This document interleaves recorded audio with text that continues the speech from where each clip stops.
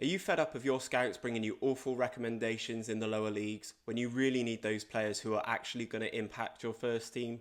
Well, in today's video, I've put together a couple of tips that will help you turn your scouting around. So let's get into the video.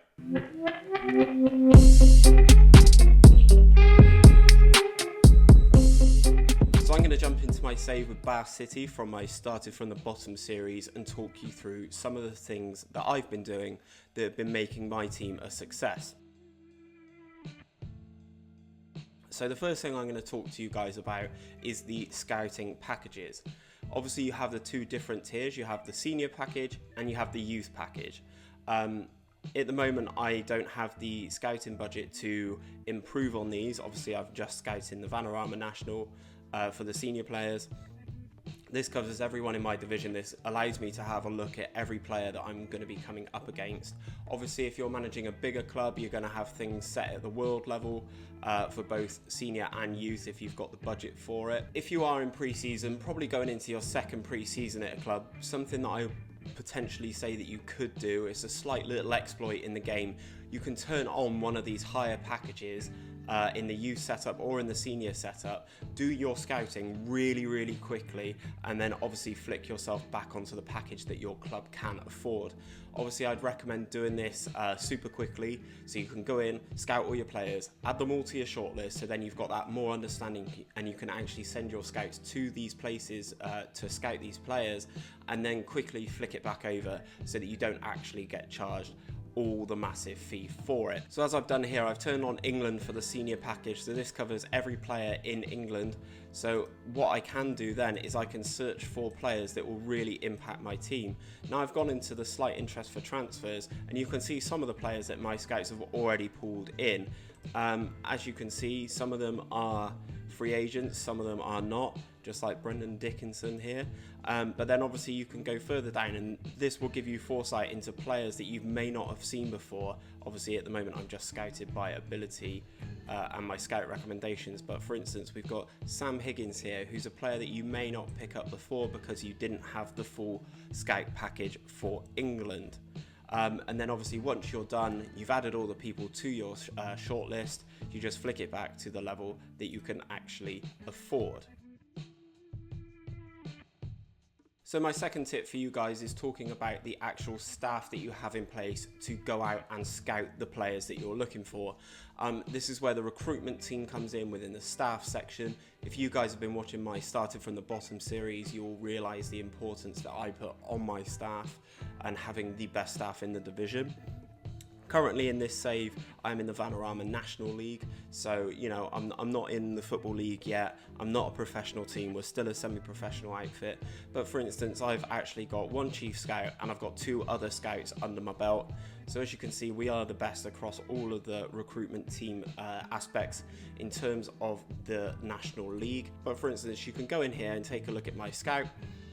As you can see here, he's got 20 for adaptability, so he does learn new countries very well, very quickly. However, I can't actually send him to different countries at the moment. I can only send him within England, but he's got a 9 for judging player ability and a 13 for judging player potential, which is great. My other two scouts, if we take a look at them, we've got Gianluca Romano. This guy's a free transfer at the start of the game. You can just bring him in. He's on next to nothing in terms of wages. He's got, again, the adaptability is not great, but he does have 11 for player ability and 10 for player potential, and he does have a full scouting knowledge of Italy, which is great, and that is something that I will come back to in a moment. And finally, my third scout is Robert Eason. High adaptability again, 10 for judging player ability, 11 for judging player potential. These are the sorts of people that you want trying to find you your next superstar. So now it's time to find your staff. The view I'm using here is from FM Scout, so there will be a card appearing in the top right of the window, which will take you through to their website where you can find this view yourself. It's really helpful, really helps me finding all of my staff. Actually, it's not just for scouts. But if you're looking for your scouts, you go staff role scouts. I usually do this, highlight key attributes for role. We go into scouts, and then I usually just get them to do chief scout because they are exactly the same. Obviously I'm in the National League, so you have to be a little bit more picky with who you are looking for. Annoyingly, I can't find a 11s across the board, so I'm going to take out adaptability, and here we go. Here is scout number 1 that we found, Robbie Blake. He's a coach, but also can be a scout. Good determination, 12s on player ability and player potential. This is a sort of scout that you should be looking at bringing in the lower leagues, because they will really help you find these gems. Another thing to take into account whilst building your staff portfolio is the knowledge that your staff will bring to you. Obviously, this is my current world knowledge map. You can see it's not great. I mean, we are very low down in the league, but you can see because of some of the staff that I've appointed, we will be able to find more players from these nationalities. So as you can see through my coaching setup, I've got the Cayman Islands covered, everyone covers England. I've got Italy covered through Gianluca Romano, Wales covered through Philip Llewellyn, Rory Fallon covers me for New Zealand, and then Luther Bissett has some knowledge of Jamaica. Obviously, building up this scouting world knowledge map will help you get results quicker. It will also show more players for you within the player search. So the more dark green you can get on this map, the better, really. I always look at trying to bring in staff that have knowledge of different areas. Predominantly for me, I like to try and attempt to cover majority of mainland Europe, South America if at all possible, and the USA, just because of the wealth of players that those regions offer for the team. My third tip for scouting is to control the scouting yourself. Obviously, you can delegate this to your chief scout, either handling the scouting meetings or assigning scouts yourself. I personally would always take charge of this yourself. You can take a look at the assignments here. So once you go into the assignments section here within the scouting tab, you can see how I have my scouts set up. So I have my chief data analyst analysing the next opposition, which is an ongoing report. I also have my chief scout taking a look at the next opposition as well, just so I get a knowledge of who I am facing.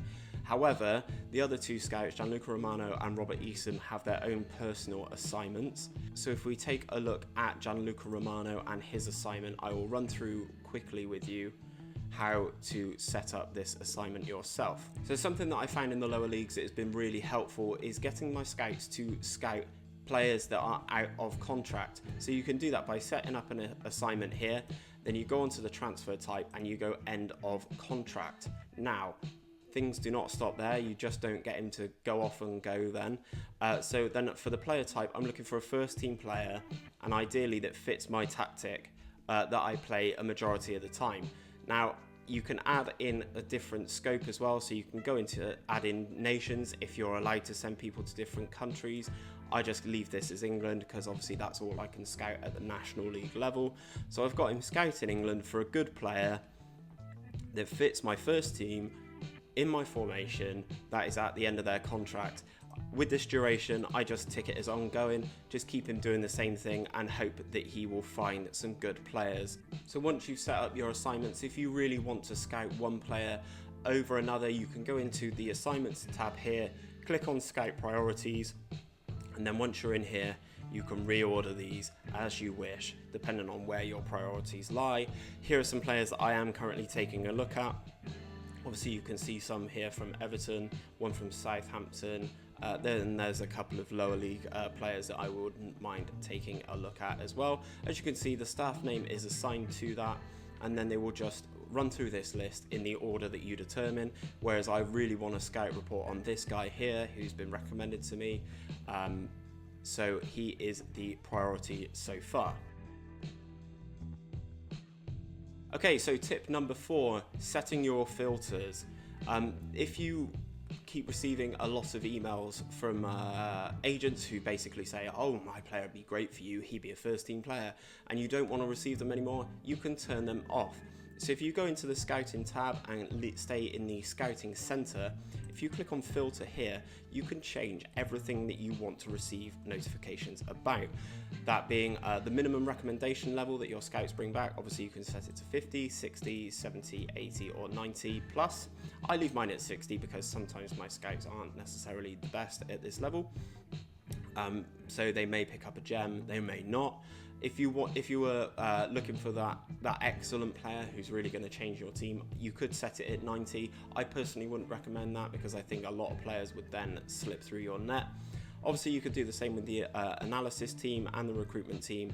And then here is the section with agent offers. Obviously, you can turn off all players, and you can just say I want to know about my affordable players and my shortlisted players and the unattached, and then you turn those off.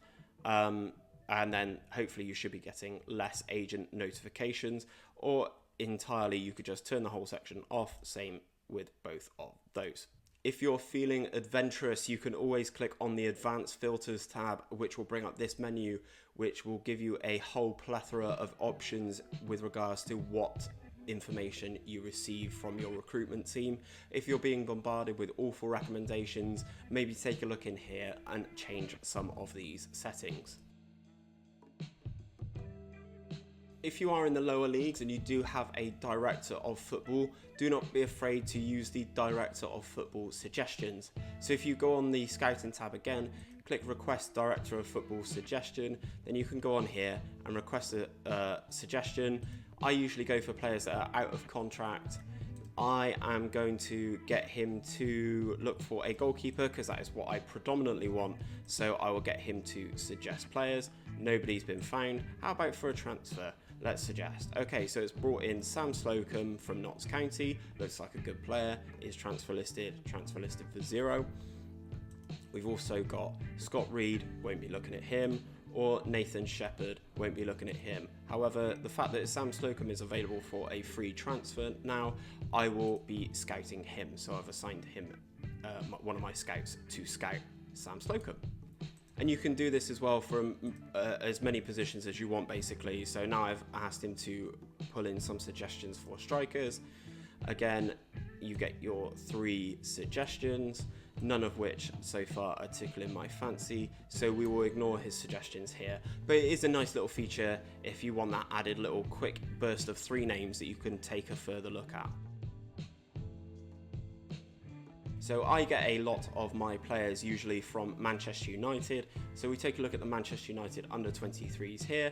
And to get a team report, you go on Team Reports, under 23, and click on Overview. There you can get a team report and you suggest who you want to get it. So I would like my Chief Scout to get the team report, and he will come back and give you a team report on this whole team. This is great because once it's done that, it will tell you about all of these players that are available, and it gives you a notification if, for instance, Ethan Galbraith gets released from Manchester United, which is a player who I'm actually currently looking at myself. If he gets released from Manchester United, as his contract is up in 4 months' time, you will get a notification about it that he is being released, and you can instantly offer him a contract then. It's a very underrated tip, taking a look at the Premier League under 23 division and getting the team reports, but I highly recommend it. I will go through and do this for all the teams in this division, and potentially some of the teams within the Premier League Division 2 as well. The likes of, for instance, in my game, I'd look at West Ham, Leeds, West Brom, Swansea as some of the main ones. Well, that is that then, guys. Hopefully this video has been useful, and if you have learned something, please don't forget to give the video a like and give my channel a subscribe. I will be bringing out these tips videos regularly. But until then, I'll see you next time.